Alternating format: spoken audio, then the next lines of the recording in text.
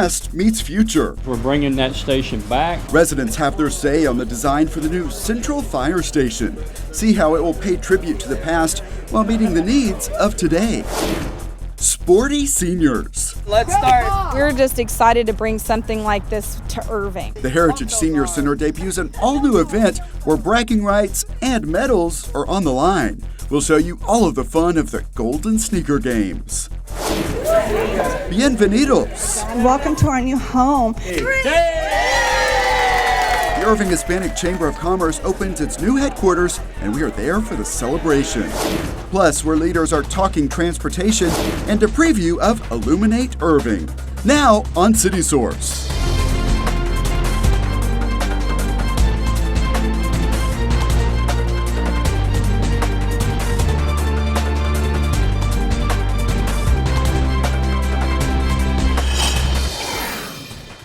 Irving is spreading the word about changes to solid waste collection, and we are getting answers to some of the biggest questions. Hello and welcome to City Source. I'm Thomas Gandy. That story is coming up, but we begin with plans for a new Central Fire Station. Crews demolished the former Central Fire Station at 132 East 2nd Street to make way for the new building. As you are about to see, teams are saving some of the pieces for a future use. At a town hall meeting, people had their say in the future of this property and this station. I'm hopeful that it'll make the community happy and proud. This is a first look at Irving's new Central Fire Station.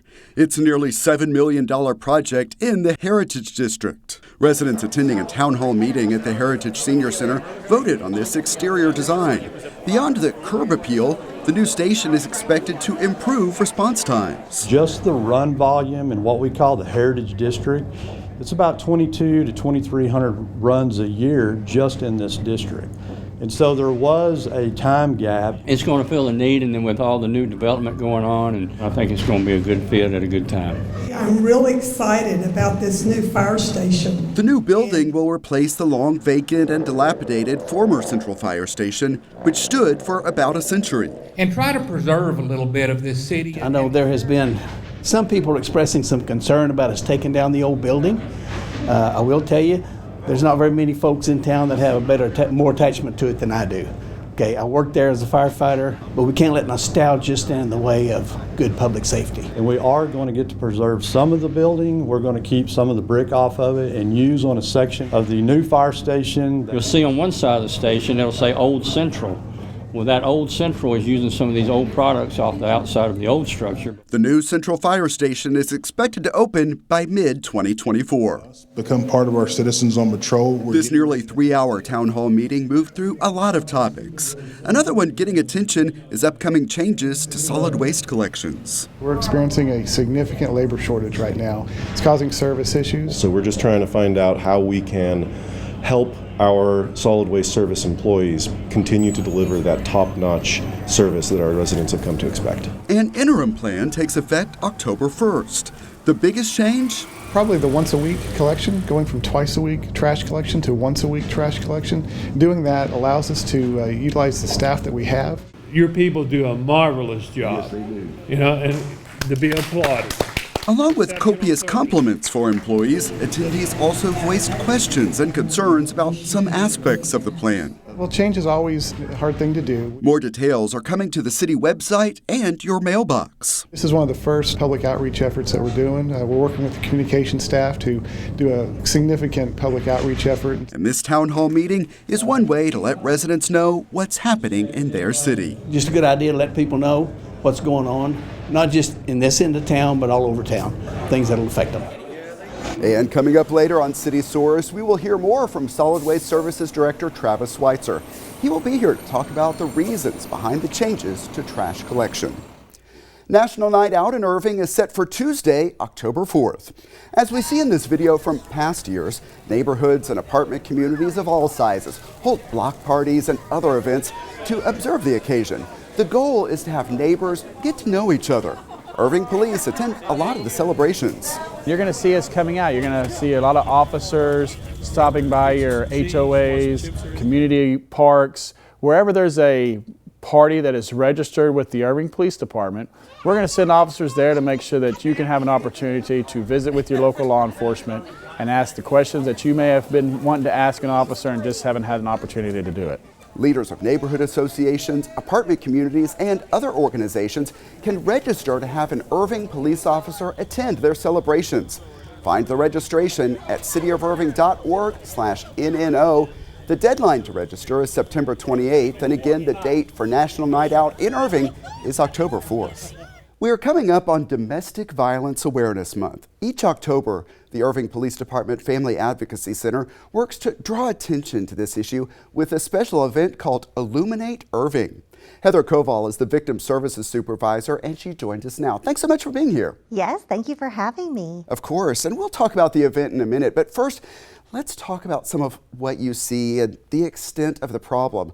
One thing I know you have noticed is the impact on children who witness violence in the home. Talk about that impact. Absolutely. Well, we know that domestic violence is something that happens in the home and with families. And so many times a victim of domestic violence has children in the home who are seeing what's happening. Sometimes they're not seeing what's happening, but they're hearing what's going on in the home. And a lot of times nobody really recognizes the impact that that can have on children. We know that there can be long-lasting negative impacts on children who witness domestic violence, that they can be more inclined to get involved with drugs or alcohol or isolating behaviors in their teenage years and have problems all the way into adulthood, and that children who witness domestic violence can be likely to end up in an abusive relationship in the future, whether as an abuser or as a victim. And so we certainly don't want any of those things to happen to our kids. We want to provide services and interventions so that families who are experiencing domestic violence can get the support for the direct victim as well as for any children in that home. And how are you drawing attention to this particular issue at Illuminate Irving this year? This year we're really honored to have one of our survivors' daughters speak at the event about her experience and the hope that they found in their family. And so it's really exciting to have someone who witnessed it as a child be able to come and speak about how they have overcome and are now in a safe and healthy living environment. And another goal of this event is to let people know that there is help available. What types of resources are out there? So at this event, we're going to have a lot of the agencies that we try to connect victims with. We have legal aid is going to be there. A bunch of our shelter agencies are going to be present. And then we're going to have the counselors from the Family Advocacy Center. We provide free counseling to anyone who's been a victim of crime in Irving. So people can learn about all of those things at Illuminate Irving.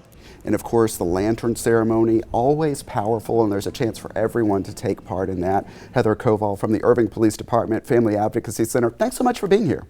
Thank you. Illuminate Irving is on Tuesday, October 18th at 6:30 p.m. at Millennium Park. That's the one with the fountain across from City Hall. Parking is available at the South Irving Library. The Irving Hispanic Chamber of Commerce celebrated the grand opening of its Small Business Resource Center. It is located on the second floor of the Jack D. Huffman Community Building. We were there to see how it will be used.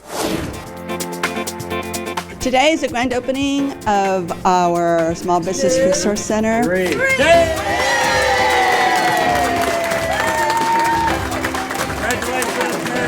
Our people are coming to start businesses. We're having issues with where do I go for this? Where do I go for that? How do I do this? We're bringing the resources to them so they can come in here and tell us what they need, and we'll tell them what day of the week that particular resource will be in our office to meet with them. I think it's a great idea, having an opportunity for them to come in, receive one-on-one counseling with experts in the field. I think is a great thing for Irving and a great thing for those businesses. We're very blessed in the city of Irving to have the amount of business that we have within our community. And a lot of our business is a small business, over 10,000 with less than 25 employees. The Resource Center here, it connects us with the individuals who need the resources that Dallas College has to offer. So I think it's a great collaboration. Having a small business center here in Irving, we're super excited about it. We are also opening our doors to our new house. We have a nice conference room that we do all our power hours, and we also take out the tables and make it a networking venue. Having this facility here gives us the opportunity for them to be successful. We welcome the community. We're here for them in whatever capacity we can help. And here is something else to know. You do not have to be a member of the Hispanic Chamber to use the services of the Small Business Resource Center. Right now, the Chamber is focusing on supporting South Irving businesses affected by the ongoing construction on Irving Boulevard. As you see in these photos from DiRozzani's on Main Street, Chamber members are going as a group to patronize those businesses, showing support by spending. As we mentioned earlier, changes are coming to waste collection in Irving starting October 1st. The biggest difference is that there will be once-a-week collection with garbage, recycling, as well as brush and bulky waste, all being picked up on the same day. All of the updates are posted at cityofirving.org/interim-SWS, and we'll have that website for you again in a moment. Let's learn more about all of this with Irving Solid Waste Services Director Travis Schweitzer. Thanks for coming in. Thank you. Appreciate being here. Sure, and let's get right into this. What are the reasons behind these changes? Sure. Well, we're experiencing a significant staffing shortage in solid waste services. It takes 61 individuals each day to perform all of our collections. Given vacation, sick, and other leave, we are down to 47 employees each day. So that puts us in quite a bind. Yeah, and y'all have already taken steps to try to increase your workforce. Absolutely. We've initiated hiring incentives as well as retention incentives. We've balanced our workload, so all of our routes are about the same size. We've taken measures looking at a non-driving, labor-only position that's been created. Unfortunately, these steps have not been successful, and we're still experiencing significant staffing shortages. And no doubt this is a tough job. Some of my colleagues have been doing ride-alongs with the solid waste crews, and this is some of what they've been hearing. We had to go home and recuperate, that way we can make it the next day. Especially low bag. If you can see the height of the truck, it's easy for the resident to just drag the bags to the curb. But we had to pick that up and throw it inside the truck. No, some of these bags can be 100 pounds plus. So a lot of times it will take two of us to just lift one bag up and do have to do one at a time, and it takes time. We heard those themes of long hours and very strenuous work over and over again. How do these interim rules help with that? Well, actually, the once-a-week changes are going to be reducing the number of stops from about 1,000 per route to down to 730-ish. So that should help with some of the strenuous labor that these guys do. I've used the word interim several times during this interview. What is going to be happening behind the scenes during this interim phase? Well, given our staffing shortage, we're looking for a permanent solution to our collection situation. We're going to be evaluating our system in its entirety, looking at all possible service models, and then come to City Council recommending a permanent change. Yeah, and anytime there is a big change, there can be misunderstanding and rumors. What are some myths or misconceptions you would like to clear up? Sure. One of the misconceptions is that we've already determined what our permanent solution is. That's simply just not the case. We're looking at our collections as a whole, and we're going to be determining what that permanent solution will be. What's another one you want to tackle today? One of the other misconceptions is that the collections are performed by a private hauler and that the collectors are not city employees. That is not the case. The city performs the collections as well as everybody on the truck, and behind the scenes are city employees. Getting answers to some of the big questions. Solid Waste Services Director Travis Schweitzer, thanks so much for being here. Sure, thank you. Again, these changes take effect on October 1st. Learn more at cityofirving.org/interim-SWS. Residents will also receive information in the mail. And here's something else that is new. The Hunter Farrell landfill is offering free drop-off of the items you see listed on your screen Monday through Saturday from 7:30 a.m. until 5 p.m. All items must be free of contaminants, and note that construction and demolition debris are excluded from free drop-off. After a 2-year hiatus, the City of Irving's Transportation Summit returned to the Irving Convention Center. The 2-day event attracted hundreds of people interested in learning more about infrastructure, economic development, water, and more. Here's our report. here we are again, and it's right at the right time. And I'm excited to see it back, and we've got a good turnout today. And a lot of interesting topics. Well, of course, high-speed rail. Yeah, I'm really excited to introduce the one about women in infrastructure. There will be a group of congressmen coming down here to speak. This is a good event because it really brings to focus the need for transportation, especially with the transportation infrastructure bill that recently got passed in Washington. The fact that we have some new dollars that are available through the infrastructure bill. How do we utilize those dollars to the best benefit? The networking is the value, especially as a councilman too, to meet other stakeholders. You get an opportunity to visit with the elected officials and as well as the engineers and the design people. How do we make this really work? How does this become real life? What's really important is that we stay on top of all the infrastructure, all the key things that really make our city. And I'm just glad that Irving can continue to do what it's always done as far as leading the region in transportation initiatives. It's one of the most important things that we hear all the time about is quality of transportation, be able to get from point A to point B in a very efficient manner. Just so happy that we can have this summit and looking forward to some future summits in Irving. Irving started hosting that summit back in 1998. The city of Irving is launching a new event, a beer, wine, and food festival called Barley and Bites. It will feature more than 20 vendors, yard games, live music, and a hot wing challenge. Barley and Bites is Saturday, September 24th from 4 until 9 p.m. at Levy Event Plaza. Learn more at irvingevents.org. Keep Irving Beautiful's 31st annual Trash Bash is also coming up on September 24th. It's at T.W. Richardson Grove Park. Registration is open now at cityofirving.org/KIB. Active adults had a chance to put their athletic skills to the test. The Heritage Senior Center hosted the first ever Golden Sneaker Games, and our team checked out the action. 3, 2, 1, let's go! This is the Golden Sneaker Games, the first iteration of the Golden Sneaker Games. We were super excited to do this because we wanted something for the seniors to get out and do. That's the main purpose of the game, was just to have fun and get people together. How are y'all feeling? Great! We had race walk. 1, 2, 3. We've had a poker tournament this week. We had pickleball on Monday. We have golf today. As you see, it's like a putt-putt challenge. We have a 9-hole course out here. No! We had cornhole. We have a pool tournament. We're about to have swim. You ready? Set? Go, let's go, let's go, let's go, let's go. You got it. And it's good to be active instead of just sitting. The main goal is to have fun and experience something that they have interest in. 207, not bad. Oh, I think it's great that they're doing that. It's great fun activities for seniors and a lot of different choices for events. Why did you want to participate? Because I wanted the t-shirt. They'll be receiving a gold medal, silver, or bronze medal. We have some raffles, some prizes as part of their participation, and a little awards ceremony. It doesn't matter what age you are, being active, having fun, being involved in the community, and getting out there. We're hoping to make this big in the future and get more seniors active. We're so excited about it.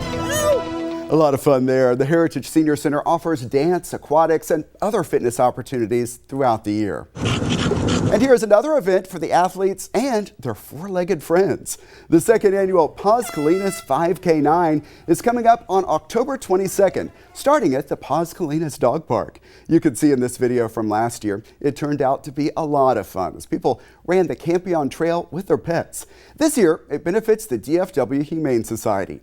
The Las Colinas Association and the Irving Marathon team up to host this event. Register at PazColinas5K9.com.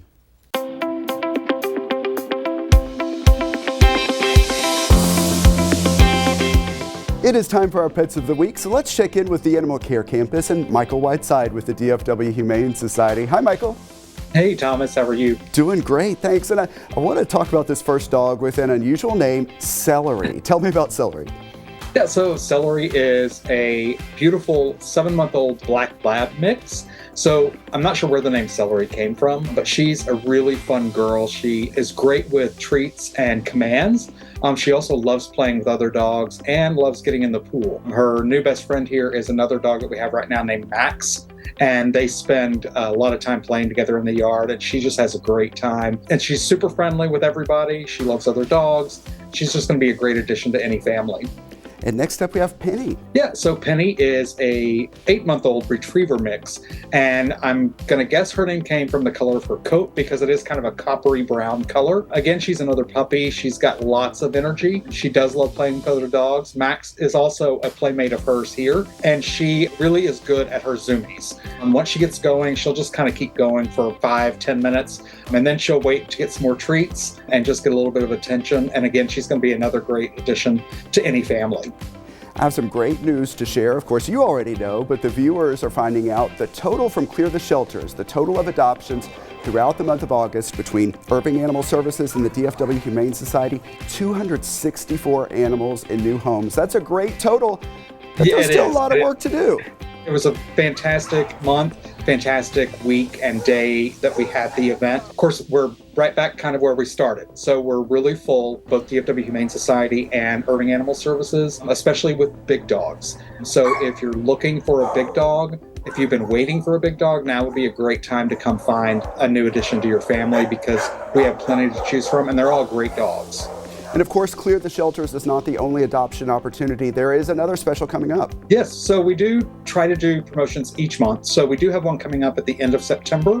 It'll be September 27th through October 1st. All pets 1 year and older here at the shelter will be free to adopt that week. And we're doing a state fair theme. Basically, it's going to be meowdy folks or bow wowdy folks for our dog people. So we really encourage you to come out either then or before and find that perfect pet for your family. Yeah, so even though that may not get the same amount of attention as Clear the Shelters, still an opportunity to get a free pet at the Animal Care Campus, so important to know. Michael Whiteside, thanks so much for telling us about it. Thank you, Thomas. And the Animal Care Campus is located at 4140 Valley View Lane. Check out the websites you see on your screen for the hours and to see more adoptable animals. A huge triathlon is bringing athletes and fans to Irving. On the next City Source, see some of the action and find out about the economic impact. And we got the invite to one of the coolest parties to take place at the Irving Convention Center in a while. We'll show you the attractions and tell you the reason behind it. Those stories and much more next time on City Source. Remember, you can always email us your thoughts on our stories. The address is ictn@cityofirving.org. Also find us on YouTube. Our channel is at youtube.com/thecityofirving. And while you're there, keep in mind that we always appreciate the likes and positive comments. And look for updates on events and initiatives across the major social media platforms at the City of Irving. And that's it for this edition of City Source. Thanks for watching, stay healthy, and we'll see you next time.